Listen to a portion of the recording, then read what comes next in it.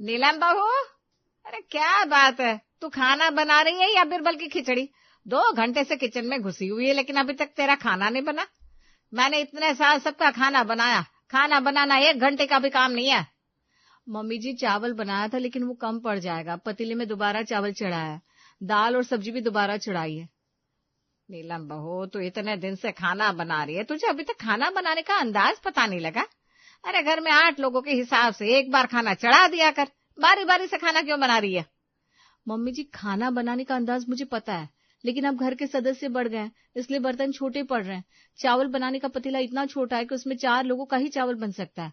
मुझे कुछ बड़े बर्तनों की जरूरत है। देख पाओ, मैंने अब तक उन्हीं बर्तनों में खाना बनाया है, मुझे तो कोई दिक्कत नहीं आई। तू नई बात बता रही है। बर्तन बदलने की कोई जरूरत नहीं है, घर में जरूरत के हिसाब से सारे बर्तन रखे हैं, उनसे काम चला। लेकिन मम्मी जी खाना बार बार बनाना पड़ रहा है, अगर बड़े बर्तन आ जाएंगे तो खाना एक बार में और जल्दी बन जाएगा। अरे खाना बार बार बनाना पड़ रहा है तो बना दिया कर, इसमें कौन सी बड़ी बात है? किचन में जहां 2 घंटा पहले जाती थी वहां 3 घंटे पहले चली जाया कर। अब देख खाना बन गया होगा, जा।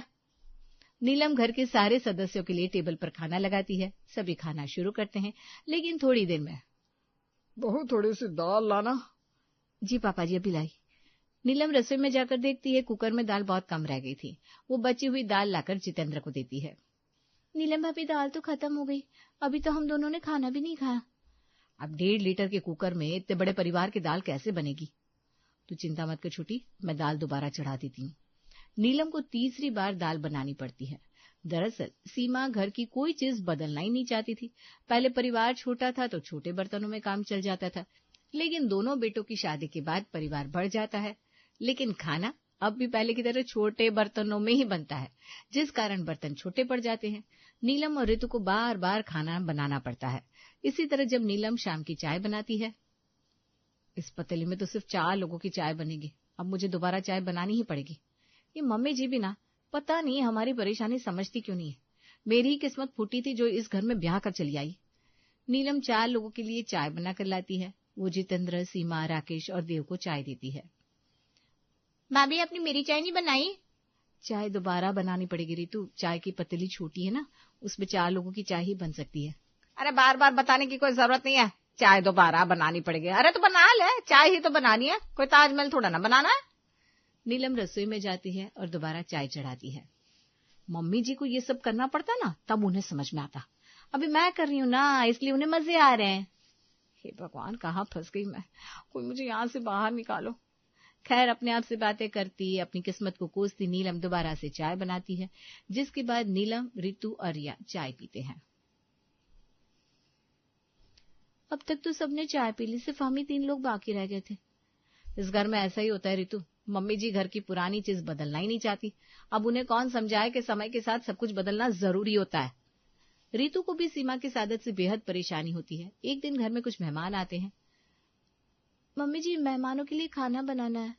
हाँ तो मेहमान आया है तो खाना तो बनाना पड़ेगा, इसमें कहने वाली क्या बात है। बनाओ खाना और कुछ स्पेशल बनाना, रोज की तरह दाल चावल मत बना देना।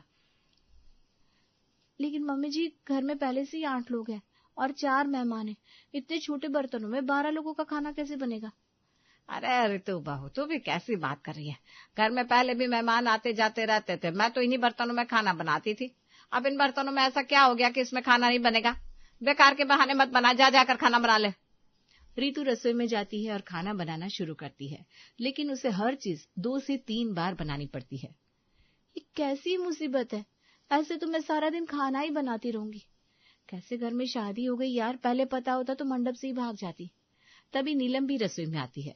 क्या हुआ ऋतु, बहुत गुस्से में लग रही हो? भाभी, आप तो ऐसे पूछ रही हो जैसे कुछ जानती ही नहीं। देख नहीं रही हो, छोटे छोटे बर्तनों में बारातियों का खाना बना रही हूँ, एक ही चीज 2-3 बार बनानी पड़ रही है। अरे मैं कैसे नहीं समझूंगी, ये दर्द मुझसे बेहतर और कौन समझ सकता है। लेकिन मम्मी जी को कौन समझाए, उन्हें तो घर की पुरानी चीजों से न जाने कौन सा प्यार है, उन्हें बदलने को राजी नहीं होती। नीलम खाना बनाने में ऋतु की मदद करती है, लेकिन फिर भी खाना तो बार बार बनाना ही पड़ता है। मुझे तो डर लग रहा है कि कहीं मेहमानों के सामने खाना घट ना जाए। जब सभी लोग खाना खाने बैठते हैं तो चीजें सच में घटने लगती है। जितेंद्र ऋतु से सब्जी मांगता है। भाभी, पापा जी सब्जी मांग रहे हैं, सब्जी तो खत्म हो गई है, क्या करें अब?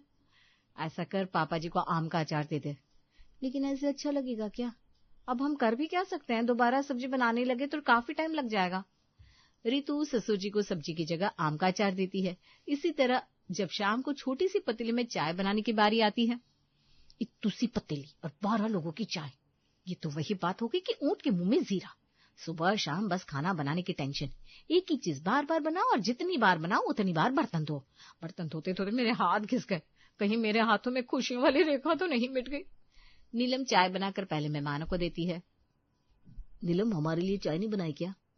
रितु ने चाय चढ़ा दी है, बस थोड़ी देर में लाती है। पतीली इतनी छोटी है, कितने लोगों की चाय उसमें नहीं बन सकती थी ना। अरे तो क्या हो गया, एक ही बात बार बार कहने से क्या हो जाएगा? दोबारा चाय बनानी पड़ गई तो कौन सी आफत आ गई है? चाय ही तो है, कोई किला थोड़ी ना बना रही हो, जाओ दोबारा बना लो। नीलम चाय की ट्रे रसोई में लेकर जाती है और थोड़ी देर में दोबारा चाय लेकर आती है। नीलम और रितु को अपने लिए तीसरी बार चाय बनानी पड़ती है। इसी तरह कपड़े धोने के लिए घर की पुरानी वॉशिंग मशीन भी छोटी पड़ रही थी। परिवार बढ़ने से मशीन में सभी लोगों के कपड़े एक साथ धुल नहीं पाते थे। एक दिन नीलम बारी बारी से मशीन में सबके कपड़े धो रही थी। रितु बहू, नीलम बहू दिखाई नहीं दे रही, बाहर गई है क्या? नहीं मम्मी जी, वो कपड़े सुखाने छत पर गई हैं। सुबह से दोपहर हो गई, अभी तक छत पर ही है? तभी हाथ में बाल्टी लिए नीलम छत से नीचे आती है। कपड़े सुखाने के बहाने खूब धूप का मजा लिया जा रहा है, क्या नीलम बहू? मम्मी जी, धूप का मजा नहीं ले रही थी मैं, कपड़े सुखाने के लिए सुबह से चौथी बार छत पर जा चुकी हूँ। सीढ़ियां चढ़ते उतरते मेरी सांस फूल गई। पूरे मोहल्ले भर के कपड़े धो रही थी क्या? मम्मी जी, मोहल्ले भर के तो नहीं, घर के लोगों के कपड़े धो रही हूँ। घर के कपड़े तो नहीं होगा कि सुबह से कपड़े धोए जा रही है? मम्मी जी, घर के कपड़े ज्यादा नहीं है, हमारी वॉशिंग मशीन छोटी है। इसी वॉशिंग मशीन में अब तक मैं सबके कपड़े धोती आई हूँ, मुझे तो मशीन कभी छोटी नहीं लगी। मम्मी जी, जब आप कपड़े धोती थी तब घर में 5 लोग थे, अब घर में 8 लोग हैं, और अर्जुन तो अभी बच्चा है, बच्चों के कपड़े ज्यादा होते हैं। मम्मी जी, सर्दियां भी आ गई हैं, अब तो गर्म कपड़े जैसे मोजे, टोपियां, स्वेटर, ये सब भी तो धुल रहे हैं ना, कपड़े तो ज्यादा होंगे। मम्मी जी, मैं सोच रही थी क्यों ना हम एक बड़ी वॉशिंग मशीन ले लें, फिर बार बार कपड़े धोने का झंझट खत्म। कोई जरूरत नहीं है, कपड़े ज्यादा हो रहे हैं तो कुछ कपड़े हाथ से धो लो। जरूरी थोड़ी ना है कि सारे कपड़े वॉशिंग मशीन में धोए जाए। दोनों बहुएं थोड़े थोड़े कपड़े अपने हाथ से धो लोगी तो क्या घट जाएगा? ठंड के मौसम में नीलम और रितु को हाथ से कपड़े धोने पड़ते हैं। ससुराल ये मुसीबतों का घर, शादी करके ऐसी शामत आएगी, पता होता तो कभी शादी नहीं करती। हाय, ठंड में हाथ से कपड़े धुलवाती है। दोनों बहुएं कपड़े धोकर छत पर सुखाने जाती हैं। नीलम भाभी, अब तो हमें हर बार कपड़े हाथ से ही धोने पड़ेंगे। देखा नहीं तुमने, नई वॉशिंग मशीन खरीदने के नाम पर मम्मी जी कैसे भड़क गई। घर की पुरानी चीजों में जैसे उनकी आत्मा वास करती है। बिल्कुल वैसी जैसे तोते में तांत्रिक की जान होती है, वैसे ही घर की पुरानी चीजों में मम्मी जी की जान है। हाँ, पुरानी चीजों को बदलने के बारे में सोचना भी बेकार है, चाहे काम करते करते हम बेकार क्यों ना हो जाए। भगवान जी, अगले जन्म में ये वाली सास तो मत देना प्लीज। इसी तरह घर में पड़ी फ्रिज भी अब छोटी पड़ने लगती है। एक दिन सीमा फ्रिज में रखी दाल निकालती है और उसे खाने के लिए गर्म करती है, लेकिन वो दाल खराब हो जाती है। दाल का टेस्ट खराब क्यों लग रहा है? नीलम बहू, ये दाल तूने कब बनाई थी? मम्मी जी, ये दाल तो कल की है। तो तूने इसे फ्रिज में नहीं रखा था? रखा था मम्मी जी, जब सबने दोपहर का खाना खा लिया तभी मैंने इसे फ्रिज में रख दिया था। फिर ये खराब कैसे हो गई? मम्मी जी, हमारी फ्रिज बहुत पुरानी हो गई है, उसकी गैस जल्दी खत्म हो जाती है, इसीलिए खाना जल्दी खराब हो जाता है। हाँ मम्मी जी, अब तो फ्रिज छोटी भी पड़ रही है। फ्रिज छोटी कैसे पड़ रही है? अब तक तो वो फ्रिज छोटी नहीं थी। देख बहू, मैंने सालों साल इस फ्रिज को चलाया, बड़े अच्छे से काम कर रही थी। पता नहीं तुम दोनों के हाथों में आते ही ये खराब कैसे हो गए और छोटी कैसे पड़ने लगी। मम्मी जी, हम इस फ्रिज को बेचकर एक नई डबल डोर की फ्रिज भी तो ले सकते हैं, उसमें ज्यादा से ज्यादा खाना भी आ जाएगा और खाना खराब भी नहीं होगा। कोई जरूरत नहीं है, जो जैसा है उसे वैसे ही चलने दो। एक बात कान खोलकर सुन ले बहू, घर की कोई चीज बदली नहीं जाएगी। जब नीलम और रितु दोनों रसोई में एक साथ होती तो रसोई भी छोटी पड़ जाती। एक दिन दोनों खाना बना रही थी, तभी नीलम रितु से टकरा जाती है। उसके हाथ में दूध का पतीला होता है, जिससे दूध उछलकर फर्श पर गिर जाता है। तभी सीमा ये सब देख लेती है। क्या बात है नीलम बहू, आजकल तेरे से कोई काम ढंग से क्यों नहीं हो रहा? मम्मी जी, वो मैं गलती से रितु से टकरा गई, मैं अभी दूध साफ कर देती हूँ।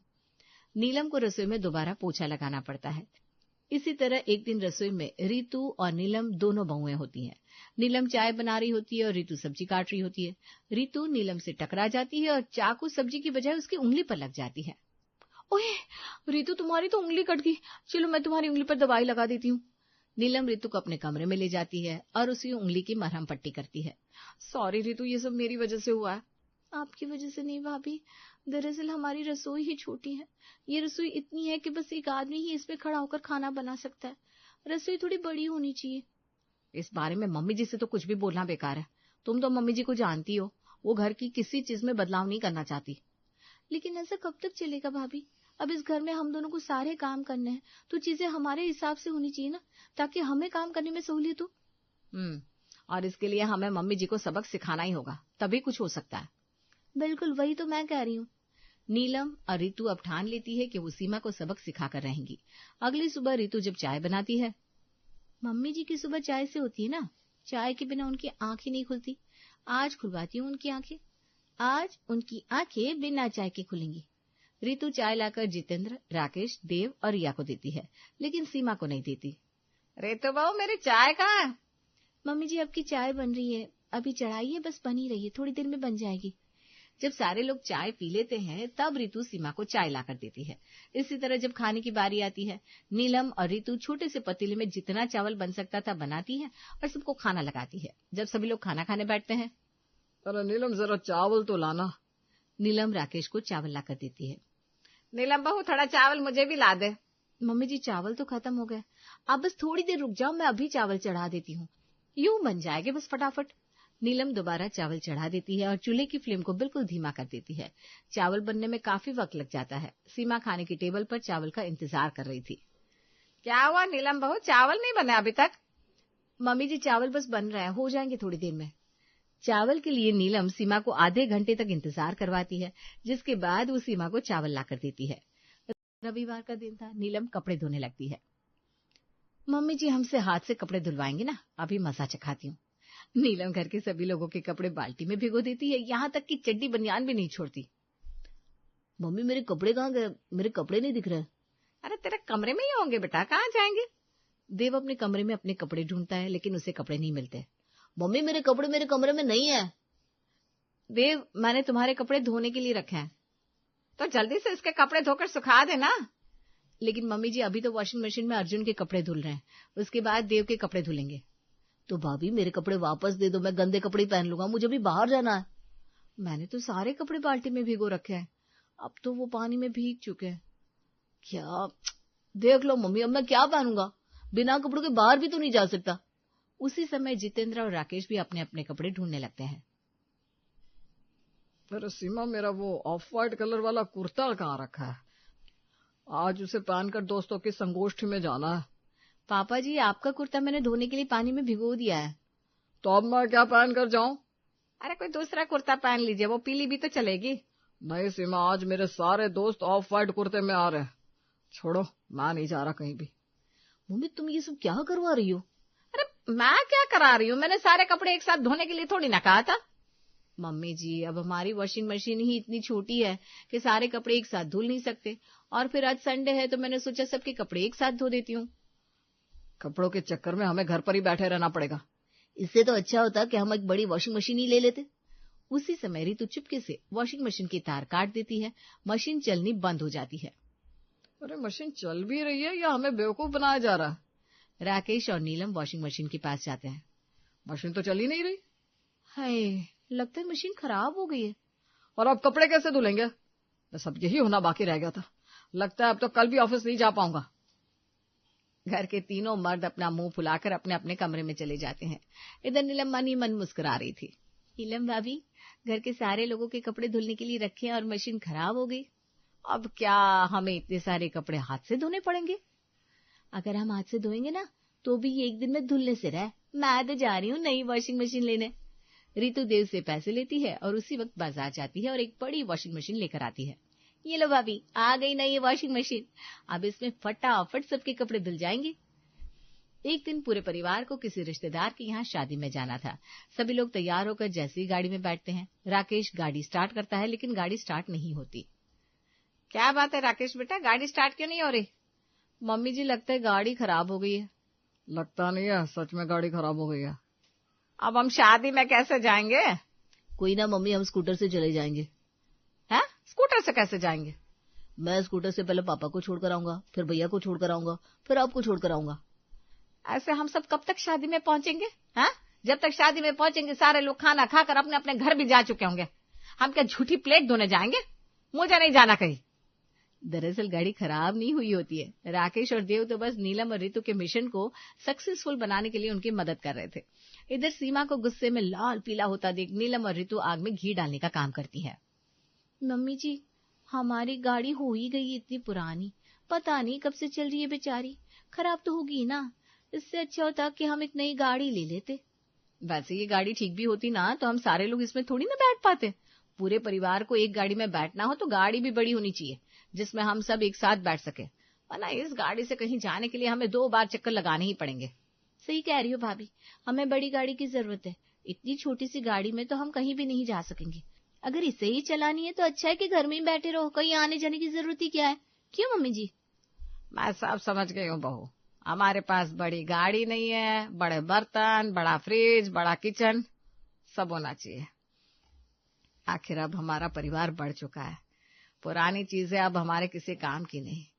बदलते समय के साथ हमें इस घर की चीजें भी बदलनी होंगी ताकि हमारी जरूरतें पूरी हो सके। तुम दोनों को इस घर में अपने अपने हिसाब से जो करना है कर लो। नीलम और रितु अपने मिशन में कामयाब हो जाती है। सीमा ने उन्हें उनके हिसाब से सारी चीजों की छूट जो दे दी थी